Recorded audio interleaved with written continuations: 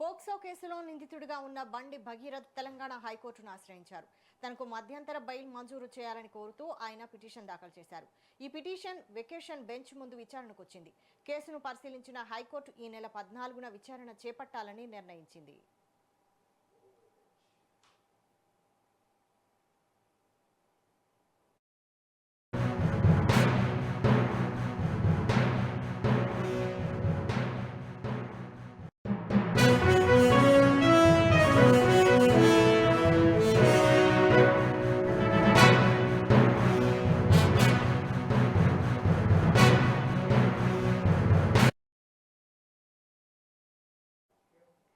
POCSO కేసులో నిందితుడిగా ఉన్న బండి భగీరథ్ తెలంగాణ హైకోర్టును ఆశ్రయించారు.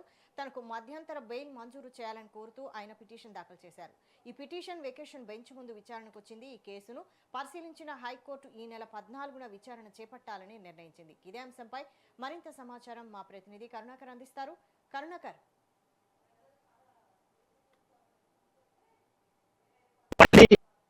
కేంద్ర మంత్రి బండి కుమారుడు బండి పోక్సో కేసు నమోదైన విషయం మనకు తెలిసిందే. రాజకీయంగా దుమారం రేపినటువంటి పరిస్థితి.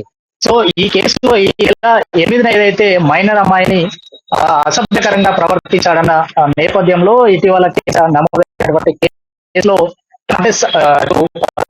మాధ్యమాలు కావచ్చు, అట్లాగే న్యూస్ ఛానల్లో వస్తున్నటువంటి కథనాల ప్రకారం తన అరెస్టు తప్పదు అని భావించినటువంటి కేంద్ర మంత్రి బండి సంజయ్ కొడుకు బండి భగీరథ్ హైకోర్టును ఆశ్రయించారు. తనకు ఏదైతే నమోదైనటువంటి పోక్సో ఉన్నదో ఆ కేసులో మధ్యంతర బెయిల్ మంజూరు చేయాలని హైకోర్టును ఆశ్రయించినటువంటి నేపథ్యంలో హైకోర్టు వెకేషన్ బెంచ్ ను ఆశ్రయించి తన పిటిషన్ ను అక్కడ అందజేశారు.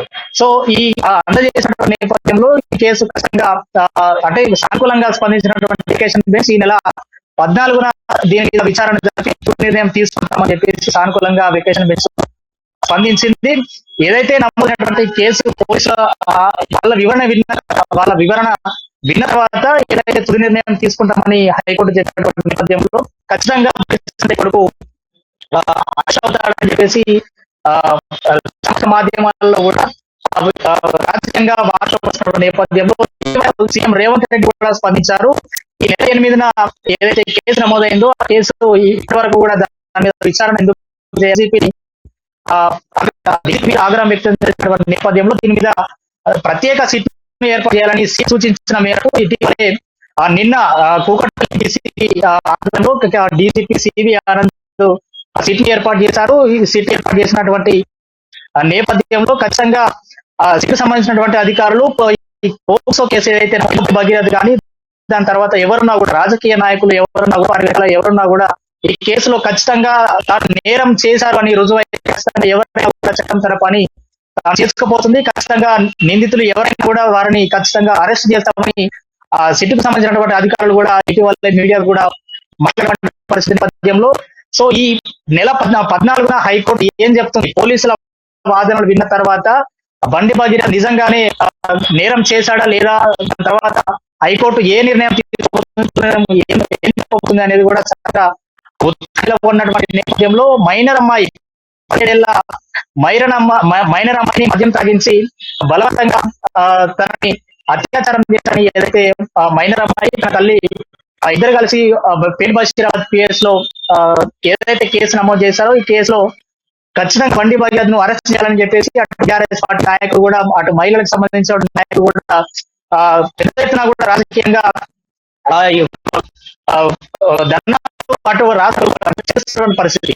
సో మొత్తంగా బండి భగీరథ్ వెంటనే అరెస్ట్ చేయాలని చెప్పేసి ఏదైతే నేపథ్యంలో నేరం రుజువు అయితే భగీరథ్ ఏదైతే నేరం చేస్తున్న రుజువు ఖచ్చితంగా దాన్ని అరెస్ట్ చేస్తారని చెప్పి సిట్ అధికారులు అయితే 14న హైకోర్టు ఏం చెప్తుంది, బండి భగీరథ్ అరెస్ట్ అవుతాడా లేదా అనేది అయితే కొంత ఉత్కంఠ లేకుండా చెప్పవచ్చు. Okay, thank you Karunakar.